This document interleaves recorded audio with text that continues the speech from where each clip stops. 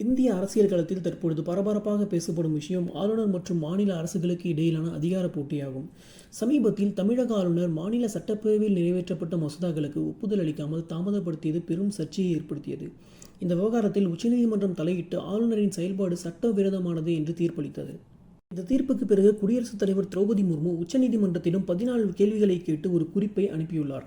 இந்திய அரசியலமைப்பின் 143வது பிரிவின் கீழ் அனுப்பப்பட்ட இந்த குறிப்பில் மாநில சட்டமன்றத்தால் இயற்றப்பட்ட மசோதாவை ஆளுநரின் ஒப்புதல் இல்லாமல் நடைமுறைப்படுத்த முடியுமா என்பது உட்பட பல்வேறு கேள்விகள் எழுப்பப்பட்டுள்ளன.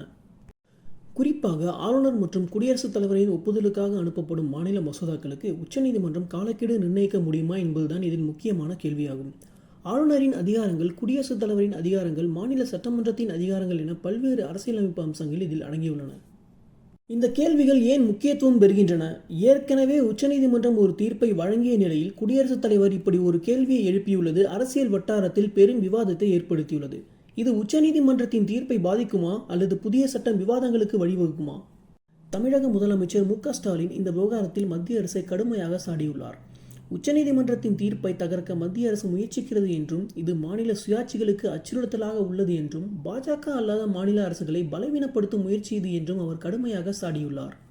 அரசியலமைப்பு சட்ட நிபுணர்கள் குடியரசுத் தலைவரின் இந்த கேள்வி உச்சநீதிமன்றத்தின் தீர்ப்பை நேரடியாக பாதிக்காது என்று கூறுகிறார்கள். இது வெறும் கருத்தாக மட்டுமே இருக்கும் என்றும், சட்ட விதியாக இருக்காது என்றும் அவர்கள் கூறுகின்றனர். ஆனால் இந்த விவகாரம் ஆளுநர் மற்றும் மாநில அரசுகளுக்கு இடையிலான உறவை மேலும் சிக்கலாக்கும் என்றும் பலரும் கருதுகின்றனர்.